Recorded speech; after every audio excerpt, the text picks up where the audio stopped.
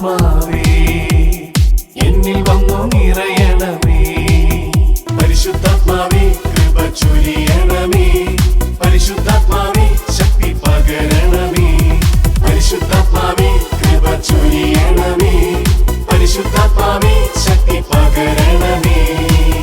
പരിശുദ്ധ പരമദിവ്യകാരുണ്യനാഥനായ ഈശോയ്ക്ക് ആരാധനയും സ്തുതിയും പുകഴ്ചയും ഉണ്ടായിരിക്കട്ടെ. നിത്യസ്തുതിക്ക് യോഗ്യനായ പരിശുദ്ധ പരമദിവ്യകാരുണ്യനാഥനായ ഈശോയ്ക്ക് ആരാധനയും സ്തുതിയും പുകഴ്ചയും ഉണ്ടായിരിക്കട്ടെ. സ്നേഹമായ കാരുണ്യമായ നമ്മുടെ കൂടെയായിരിക്കുന്ന പരിശുദ്ധ പരമദിവ്യകാരുണ്യനാഥനായ ഈശോയ്ക്ക് ആരാധനയും സ്തുതിയും പുകഴ്ചയും ഉണ്ടായിരിക്കട്ടെ. സ്നേഹനാഥനായ ഈശോയെ, അപ്പത്തിൻ്റെ രൂപത്തിൽ ദിവ്യകാരുണ്യമായി നീ ഞങ്ങളുടെ കൂടെയായിരിക്കുമ്പോൾ ഈ കരുണയുടെ തിരുമണിക്കൂറിൽ നിന്റെ വലിയ കൃപയുടെ നീർച്ചാലുകൾ ഞങ്ങളുടെ ജീവിതത്തിലേക്ക് ഒഴുക്കുന്ന നിമിഷം പൂർണ്ണ ഹൃദയത്തോടെ ഞങ്ങൾ നിന്നെ ആരാധിക്കുന്നു. ഈശോയെ, 3 മണി സമയം മനുഷ്യവംശത്തിൻ്റെ മേൽ കൃപ ചൊരിഞ്ഞ സമയമാണ്. ഈ മണിക്കൂറിൽ നിന്റെ പീഡാസഹനങ്ങളെ ധ്യാനിച്ചുകൊണ്ട് നിന്റെ കരുണയിൽ ആശ്രയിക്കുന്നവരെ നിന്റെ സ്വന്തമായി നിന്റെ ചങ്കോട് ചേർത്ത് പിടിക്കുമെന്ന് വാഗ്ദാനം ചെയ്ത കർത്താവ്, ഈ ഒരു വലിയ വാഗ്ദാനത്തിൽ പൂർണ്ണമായി ഞങ്ങൾ ഉറച്ചു വിശ്വസിക്കുന്നു. കർത്താവേ, ഞങ്ങളുടെയൊക്കെ ജീവിതങ്ങളിലേക്ക് അങ്ങ് നൽകിയ എല്ലാ അനുഗ്രഹങ്ങളെയും ഓർത്ത് നന്ദി പറയുന്നു. ഈ മണിക്കൂറിൽ അങ്ങ് വാഗ്ദാനം ചെയ്ത എല്ലാ അനുഗ്രഹങ്ങളും ആഗ്രഹിച്ചുകൊണ്ട് ഒന്നു ചേർന്ന് ഞങ്ങൾ പ്രാർത്ഥിക്കുന്നു. ഈശോയുടെ തിരുഹൃദയത്തിൽ നിന്ന് ഞങ്ങൾക്ക് കാരുണ്യ സ്രോതസ്സായി ഒഴുകിയിറങ്ങിയ തിരുരക്തമേ, തിരുജലമേ, ഈശോയുടെ തിരുഹൃദയത്തിൽ നിന്ന് ഞങ്ങൾക്ക് കാരുണ്യ സ്രോതസ്സായി ഒഴുകിയിറങ്ങിയ തിരുരക്തമേ, തിരുജലമേ, ഈശോയുടെ തിരുഹൃദയത്തിൽ നിന്ന് ഞങ്ങൾക്ക് കാരുണ്യ സ്രോതസ്സായി ഒഴുകിയിറങ്ങിയ തിരുരക്തമേ, തിരുജലമേ, ഈശോയിൽ സ്നേഹമുള്ളവരെ, ദിവ്യകാരുണ്യനാഥൻ്റെ സന്നിധിയിലായിരുന്നു കൊണ്ട് ഈ കൃപയുടെ സമയത്ത് കർത്താവിൻ്റെ കരുണയ്ക്ക് വേണ്ടി പ്രാർത്ഥിക്കുകയാണ്. ദൈവം ആഗ്രഹിക്കുന്നത് പോലെ നമ്മളും കരുണയുടെ ജീവിതം നയിക്കുവാനായിട്ട് നമ്മളെ സഹായിക്കുന്ന ചില പുണ്യങ്ങൾ നമ്മുടെ ജീവിതത്തിൽ നമ്മൾ അഭ്യസിക്കേണ്ടതായിട്ടുണ്ട്. പ്രകാരമുള്ളൊരു വലിയൊരു ഏറ്റവും പ്രധാനപ്പെട്ട ഒരു പുണ്യത്തെക്കുറിച്ചാണ് നമ്മളിന്ന് പ്രത്യേകം ധ്യാനിക്കുക. നമ്മുടെയൊക്കെ ജീവിതയാത്രയിൽ നമ്മൾ നിരവധി ആളുകളെ കണ്ടുമുട്ടാറുണ്ട്. എപ്പോഴും എന്തിനും ഏതിനും ഒത്തിരിയേറെ കുറ്റങ്ങളും അതുപോലെ തന്നെ പരാതികളും പറയുന്ന ഒത്തിരിയേറെ ആളുകളെ കാണാൻ പറ്റും. ജീവിത സാഹചര്യത്തിൽ എന്തുമാത്രം നല്ല കാര്യങ്ങൾ അവർക്ക് ലഭിച്ചാലും അതിനേക്കാൾ ഉപരിയായിട്ട് അവരുടെ ജീവിതത്തിലെ തിന്മയായിട്ട് സംഭവിച്ചിട്ടുള്ളത് അല്ലെങ്കിൽ അവരുടെ ജീവിതത്തിൽ അസ്വസ്ഥതകൾ ഏറ്റവും കൂടുതൽ നൽകിയിട്ടുള്ള കാര്യങ്ങൾക്കായിരിക്കും അവർ ഏറ്റവും കൂടുതൽ പ്രാധാന്യം കൊടുക്കും.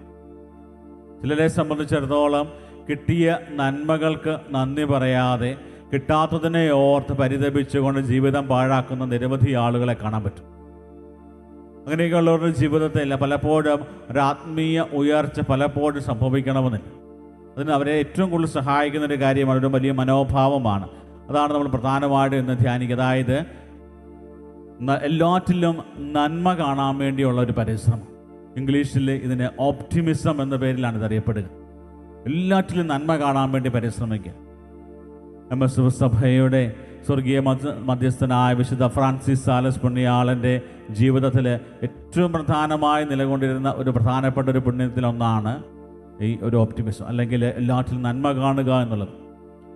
കഴിഞ്ഞ ദിവസങ്ങളിൽ നമ്മൾ ധ്യാനിച്ച കാര്യമാണ്. അതായത് വിശുദ്ധൻ്റെ ജീവിതത്തിലുണ്ടായിരുന്ന സൗമ്യത എന്ന ആ ഒരു വലിയ പുണ്യം. അതുപോലെ തന്നെ ഏറ്റവും പ്രാധാന്യം കൊടുത്തിരുന്ന ഒരു പുണ്യമാണ് എല്ലാറ്റിലും നന്മ കാണാൻ വേണ്ടി. എല്ലാറ്റിലും നന്മയും, അല്ലെങ്കിൽ ഏത് സാഹചര്യത്തിലാണെങ്കിൽ പോലും അവിടെ നല്ലത് കണ്ടുപിടിക്കാനായിട്ടുള്ളൊരു പരിശ്രമം. അത് അദ്ദേഹത്തെ ഒത്തിരി ആത്മീയമായിട്ട് വളരാൻ സഹായിച്ചു. മറ്റുള്ളവരെ ആത്മീയയിലേക്ക് അടുപ്പിക്കുവാനും സാധിച്ചു. നമ്മളിത് വചനത്തിലൂടെ നമ്മൾ കാണുന്ന കാര്യം, സങ്കീർത്തനങ്ങളിലൂടെ നമ്മൾ കടന്നു പോകുമ്പോൾ പ്രധാനമായിട്ടും കാണുന്ന കാര്യം, അതായത് സങ്കീർത്തകൻ ഈ ഒരു വലിയ കാര്യം തിരിച്ചറിഞ്ഞു. ദൈവത്തിൻ്റെ സ്നേഹവും കാരുണ്യവും ഒക്കെ തിരിച്ചറിഞ്ഞു കഴിഞ്ഞപ്പോൾ സങ്കീർത്തകൻ്റെ ജീവിതത്തിൽ സംഭവിച്ചൊരു കാര്യം ഇതാണ്. അതായത് ദൈവത്തിൻ്റെ ആ നന്മ കാണാനായിട്ട് പറ്റും. ആദ്യ മാതാപിതാക്കൾ തെറ്റ് ചെയ്ത് പാപം ചെയ്ത് ദൈവത്തിൽ നിന്ന് അകന്നു പോയപ്പോൾ അവർക്ക് സംഭവിച്ചൊരു കാര്യം, കത്തോലിക്ക സഭയുടെ മതബോധന ഗ്രന്ഥം പഠിപ്പിക്കുന്നതനുസരിച്ച് ദൈവത്തിൻ്റെ നന്മയിലുള്ള വിശ്വാസമാണ് അവർക്ക് നഷ്ടപ്പെട്ടു പോയത്. ദൈവം നല്ലവനാണെന്നുള്ളൊരു വലിയ ഒരു ബോധ്യം അവർക്ക് നഷ്ടപ്പെട്ടു പോയി. അതുകൊണ്ട് ആ ഒരു കാര്യം വീണ്ടെടുക്കുവാനായിട്ട് ദൈവം ഒത്തിരിയേറെ പരിശ്രമിക്കുന്നത് കാണാൻ പറ്റും. പക്ഷേ ഈ സങ്കീർത്തകൻ ഈ ഒരു വലിയ കാര്യം മനസ്സിലാക്കിയിട്ട് എല്ലാവരോടും പറയുന്ന കാര്യം ഇതാണ്: ദൈവത്തെ സ്തുതിക്കുക, ദൈവം നല്ലവനാണ്. 23-ാം സങ്കീർത്തനം അതിൻ്റെ 6-ാം തിരുവചനം പറയുന്നു, അവിടുത്തെ നന്മയും കരുണയും ജീവിതകാലം മുഴുവൻ എന്നെ അനുഗമിക്കും, കർത്താവിൻ്റെ ആലയത്തിൽ ഞാൻ എന്നേക്കും വസിക്കും. അതായത് ദൈവം നല്ലവനാണ്, അവിടുത്തെ കരുണയും നന്മയും എൻ്റെ ജീവിതകാലം മുഴുവൻ എന്നെ അനുഗമിക്കും. സങ്കീർത്തകൻ ഒരു വലിയ തിരിച്ചറിവാണ്. പ്രിയപ്പെട്ടവരെ, ഈ പ്രകാരമുള്ളൊരു ബോധ്യം നമുക്കുണ്ടെങ്കിൽ നമ്മുടെ ജീവിതത്തിൽ ഒത്തിരിയേറെ പ്രതിസന്ധി ഘട്ടങ്ങളെ അല്ലെങ്കിൽ നമ്മൾ നേരിട്ടുകൊണ്ടിരിക്കുന്ന ചില സാഹചര്യങ്ങളെയൊക്കെ അതിജീവിക്കാനായിട്ട് പറ്റും. വീണ്ടും നമ്മൾ കാണുന്ന കാര്യം ഇതാണ്. 27-ാം സങ്കീർത്തനം അതിൻ്റെ 13-ാം തിരുവചനം പറയുന്നു, ജീവിക്കുന്നവരുടെ ദേശത്ത് കർത്താവിൻ്റെ നന്മ കാണാമെന്ന് ഞാൻ വിശ്വസിക്കുന്നു. ദാവീദിൻ്റെ ആ ഒരു വലിയ കോൺഫിഡൻസ് അവിടെ കൃത്യമായിട്ട് നമുക്ക് കാണാൻ പറ്റും.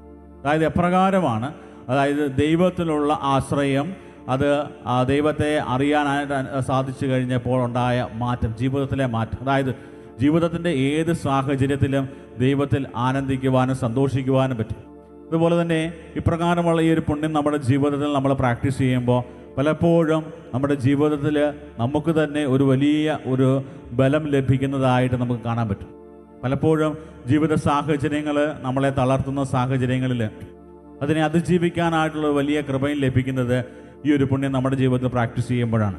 അതുകൊണ്ട് യെശയ്യാ പ്രവാചകൻ്റെ പുസ്തകം 41-ാം അധ്യായം 10-ാം തിരുവചനം പറയുന്നു, ഭയപ്പെടേണ്ട, ഞാൻ നിന്നോട് കൂടെയുണ്ട്, സംഭ്രമിക്കേണ്ട, ഞാനാണ് നിൻ്റെ ദൈവം, നിന്നെ ശക്തിപ്പെടുത്തുകയും സഹായിക്കുകയും ചെയ്യും, എൻ്റെ വിജയകരമായ വലത്ത് കൈകൊണ്ട് ഞാൻ നിന്നെ താങ്ങി നിർത്തും. ഇതുപോലൊരു വലിയ ഉറപ്പ് ദൈവം തരുന്നു എന്നുള്ളത് യെശയ്യാ പ്രവാചകൻ്റെ കൂടെ ഇസ്രായേൽ ജനത്തിന് കിട്ടിയൊരു വലിയ വാഗ്ദാനമാണ്. അതായത് അവരുടെ ജീവിതത്തിൻ്റെ ഏത് പ്രതിസന്ധി ഘട്ടങ്ങളിലും, അതായത് ജീവിതത്തിൻ്റെ എല്ലാ പ്രതീക്ഷകളും തീർന്നു പോയെന്ന് തോന്നുന്ന സാഹചര്യങ്ങളിൽ പോലും അവരെ ജീവിക്കാൻ പ്രേരിപ്പിച്ചത് ശക്തനായ ദൈവം ഞങ്ങളുടെ കൂടെയുണ്ട്. ചില്ലറക്കാരനല്ല. കാരണം ഈജിപ്തിലെ അടിമത്തത്തിൽ നിന്ന് അത്ഭുതകരമായി ചെങ്കടലിനെ വിഭജിച്ച് കാനാൻ ദേശത്തേക്ക് വാഗ്ദാന ഭൂമിയിലേക്ക് നയിക്കാൻ കഴിവുള്ളവനാണ്. അത് ഞങ്ങളെ നയിച്ചവനാണ് ഞങ്ങളുടെ ദൈവം, വിശ്വസിക്കുന്നവൻ. ആ ഒരു വലിയ ബോധ്യം കർത്താവ് ഞങ്ങളുടെ കൂടെയുണ്ട് എന്നുണ്ടെങ്കിൽ നമുക്കിങ്ങനെ ജീവിത സാഹചര്യങ്ങളിൽ എപ്പോഴും പോസിറ്റീവായിട്ട് ചിന്തിക്കാൻ പറ്റും. അതുപോലെ റോമാക്കാർക്കെതിരെ ലേഖനത്തിലും ഇതിൻ്റെ തുടർച്ച നമ്മൾ കാണുന്നുണ്ട്. റോമാക്കാർക്കെതിരെ ലേഖനം 5-ാം അധ്യായം അതിൻ്റെ 3-ഉം 4-ഉം തിരുവചനം പറയുന്നു, നമ്മുടെ കഷ്ടതകളിലും നാം അഭിമാനിക്കുന്നു, എന്തെന്നാൽ കഷ്ടത സഹനശീലവും, സഹനശീലം ആത്മധൈര്യവും, ആത്മധൈര്യം പ്രത്യാശയും ഉളവാക്കുന്നെന്ന് നാം അറിയുന്നു. അതായത് നമ്മുടെയൊക്കെ ജീവിതങ്ങളെ എന്തുമാത്രം കഷ്ടതയുടെ സമയത്തൂടെ നമ്മൾ കടന്നു പോകുമ്പോഴും നല്ല ബോധ്യങ്ങളാണ് നമ്മളെ എപ്പോഴും മുന്നോട്ട് കൊണ്ടുപോകുക. അവിടെ തളരാതെ മുന്നോട്ട് കൊണ്ടുപോകാൻ സഹായിക്കും. ആധുനിക മനഃശാസ്ത്രത്തിൽ പറയുന്ന കാര്യമാണ് പവർ ഓഫ് പോസിറ്റീവ് തിങ്കിങ്. നല്ലത് ചിന്തിക്കും. പലപ്പോഴും നമ്മുടെയൊക്കെ ജീവിതങ്ങളെ പരിശോധിച്ച് കഴിഞ്ഞാൽ എന്തെങ്കിലും അസ്വസ്ഥതകളോ പ്രതിസന്ധികളോ തടസ്സങ്ങളോ ഒക്കെ നമ്മുടെ ജീവിതത്തിലേക്ക് വരുമ്പോൾ അയ്യോ എൻ്റെ ജീവിതത്തിന് എല്ലാ പ്രതീക്ഷയും പോയി എന്ന് പറഞ്ഞ് ജീവിത സാഹചര്യങ്ങളെ പഠിക്കുന്നതിനേക്കാൾ പകരമായിട്ട് ദൈവം എൻ്റെ കൂടെയുണ്ടെന്നും ദൈവം എൻ്റെ ജീവിതത്തിലേക്ക് നൽകുന്നതെല്ലാം എൻ്റെ നന്മയ്ക്കാണെന്ന് ഞാൻ തിരിച്ചറിയുകയും ചെയ്തു കഴിഞ്ഞാൽ ആ ഒരു പ്രതിസന്ധി ഘട്ടത്തെ വളരെ നിസ്സാരമായിട്ട് അതിനെ മറികടക്കാനായിട്ട് സാധിക്കും. പലപ്പോഴും നമ്മൾ ചിന്തിച്ചു കൂട്ടുന്ന കാര്യം, അതായത് ദൈവത്തിൻ്റെ നന്മയിലും ദൈവത്തിൻ്റെ പരിപാലനയിലും ദൈവത്തിൻ്റെ കരുണയിലുമൊക്കെയുള്ള ആ ഒരു വലിയ ബോധ്യം നമുക്ക് നഷ്ടപ്പെട്ടു പോവുകയാണ്. അതിലുള്ള വിശ്വാസം പോലും നമുക്ക് നഷ്ടപ്പെട്ടു പോവുകയാണ്. അതുകൊണ്ടാണ് പലപ്പോഴും എന്തെങ്കിലും ഒരു സാഹചര്യങ്ങൾ, അല്ലെങ്കിൽ അപ്രതീക്ഷിതമായ എന്തെങ്കിലും രോഗത്തിൻ്റെ അവസ്ഥകളായിക്കോട്ടെ, കടബാധ്യതകളായിക്കോട്ടെ, ജീവിതത്തിൽ എന്തെങ്കിലും തടസ്സങ്ങളായിക്കോട്ടെ, ഉടനെ നമ്മൾ പ്രാർത്ഥനകളെല്ലാം നിർത്തി ഇനി ഇത്ര നാളും പ്രാർത്ഥിച്ചിട്ട് ഒന്നും നടന്നില്ല, ഇനിയും പ്രാർത്ഥിക്കുന്നില്ല എന്ന് പറഞ്ഞ് പലപ്പോഴും ആത്മീയ ജീവിതത്തിൽ നിന്ന് പുറകോട്ട് പോകാനുള്ള പ്രധാനപ്പെട്ട ഒരു കാരണം ഇത് തന്നെയാണ്. അതായത് ദൈവം നമ്മളെ പരിപാലിക്കുന്നുണ്ട്. എൻ്റെ ജീവിതത്തിൽ പ്രതിസന്ധി ഘട്ടങ്ങൾ തരുമ്പോൾ അതിനെ തരണം ചെയ്ത് മുന്നോട്ട് പോകാനായിട്ടുള്ള വലിയ ഊർജ്ജമാണ് എൻ്റെ ദൈവം എനിക്ക് തരുന്നത്. പ്രിയപ്പെട്ടവരെ, അപ്രകാരം നമ്മുടെ ജീവിതത്തിൻ്റെ ഏത് സാഹചര്യം, കഷ്ടതകളുടെ സമയത്താണെങ്കിലും നമ്മൾ കണ്ടുമുട്ടുന്ന വ്യക്തികളിലാണെങ്കിലും ഒത്തിരിയേറെ കുറവുകളുണ്ടെങ്കിലും അതിനേക്കാൾ ഉപരിയായി ദൈവം അവരുടെ ഉള്ളിൽ നിക്ഷേപിച്ചിരിക്കുന്ന, അല്ലെങ്കിൽ ആ സാഹചര്യത്തിൽ നിക്ഷേപിച്ചിരിക്കുന്ന നന്മ കാണാനായിട്ട് പരിശ്രമിക്കാം. പ്രകാരം ചെയ്യാൻ തുടങ്ങുമ്പോൾ ദൈവിക സ്വഭാവത്തോട് നമ്മൾ ഏറ്റവും അടുത്തിരിക്കുക. നമ്മുടെ പ്രിയപ്പെട്ട നമ്മുടെ ജീവിത സാഹചര്യത്തിൽ, പ്രത്യേകിച്ച് കുടുംബജീവിതത്തിലായിക്കോട്ടെ, വ്യക്തിബന്ധങ്ങളിലായിക്കോട്ടെ, ഒത്തിരിയേറെ കുറവുകളുള്ളവരെയും അസ്വസ്ഥതകൾ അനുഭവിക്കുന്നവരെയൊക്കെ നമ്മൾ കാണാറുണ്ട്. കുറ്റം പറയാൻ തുടങ്ങുമ്പോൾ നമ്മൾ കാണുന്നിടത്തെല്ലാം കുറ്റമായിരിക്കും. പക്ഷേ ഈ ഒരു വലിയ പുണ്യം നമ്മുടെ ജീവിതത്തിൽ പ്രാക്ടീസ് ചെയ്യാൻ തുടങ്ങുമ്പോൾ, അല്ലെങ്കിൽ പ്രാവർത്തികമാക്കാൻ തുടങ്ങുന്ന അവസരങ്ങളിൽ നമ്മുടെ ജീവിതത്തിൽ മറ്റുള്ളവരിലെ നന്മ കാണാൻ പറ്റും, ജീവിത സാഹചര്യങ്ങളിലെ നന്മ കാണാൻ പറ്റും. അതുകൊണ്ട് ഈ ഒരു വലിയ കൃപ, അല്ലെങ്കിൽ ഈ ഒരു വലിയ പുണ്യം അഭ്യസിക്കുവാനായിട്ടുള്ള ശക്തിയും ബലവും നൽകണമേ എന്ന് ഇന്ന് പ്രത്യേകമായിട്ട് ഈ കരുണയുടെ മണിക്കൂറിൽ നമുക്ക് പ്രത്യേകം പ്രാർത്ഥിക്കാം. ഈ കൃപയുടെ സമയം അതിനു വേണ്ടിയുള്ള ഒരു വലിയ, അതായത് ഈ ഒരു എല്ലാറ്റിലും നന്മ കാണാനായിട്ടുള്ള ഒരു വലിയ കൃപ ലഭിക്കുന്ന അനുഭവമായി മാറട്ടെ. ദിവ്യകാരുണ്യനാഥൻ്റെ ആശീർവാദത്തിനായിട്ട് നമ്മൾ ഒരുങ്ങുന്ന സമയം നമ്മുടെ എല്ലാ നിയോഗങ്ങളും പ്രാർത്ഥനകളും സമർപ്പിക്കാം.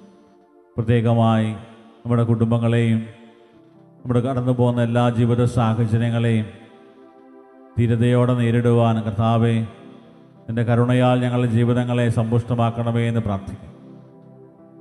കർത്താവേ, ഞങ്ങളുടെ ജീവിത സാഹചര്യങ്ങളിൽ എല്ലായിടത്തും നന്മ കാണുവാനും നല്ലത് മാത്രം കാണുവാനും ചിന്തിക്കുവാനും പ്രവർത്തിക്കുവാനുമായിട്ടുള്ള വലിയ കൃപയും അഭിഷേകം നൽകണമേ എന്ന് പ്രാർത്ഥിക്കുന്നു. ഈശോയെ, ഓൺലൈനിലൂടെ ലോകത്തിൻ്റെ വിവിധ ഭാഗങ്ങളിലിരുന്ന് ഓൺലൈനിലൂടെ കർത്താവിൻ്റെ കരുണയ്ക്ക് വേണ്ടി പ്രാർത്ഥിക്കുന്നവരുടെ എല്ലാ നിയോഗങ്ങളും സമർപ്പിക്കുന്നു. ഈ ആലയത്തെയും ഈ ആലയത്തിലെ എല്ലാ ശുശ്രൂഷകളെയും കർത്താവിൻ്റെ കരുണയാൽ കഴുകി വിശുദ്ധീകരിക്കണമേ എന്ന് പ്രാർത്ഥിക്കുന്നു. ഞങ്ങളെല്ലാ പ്രാർത്ഥനകളും നിയോഗങ്ങളും കർത്താവേ നിൻ്റെ മുമ്പിൽ സമർപ്പിച്ചുകൊണ്ട് ഞങ്ങൾ നിൻ്റെ ആശീർവാദത്തിനായിട്ട് അങ്ങനെ മുമ്പിലായിരിക്കുന്നു. താഴ്ന്ന സ്വരത്തിൽ നമുക്ക് കർത്താവിനെ സ്തുതിച്ചുകൊണ്ട് കർത്താവ് ഞങ്ങൾ ശരണപ്പെടുന്നു എന്നുള്ള പ്രാർത്ഥനയോടെ കർത്താവിൻ്റെ ആശീർവാദം നമുക്കിപ്പോൾ സ്വീകരിക്കാം.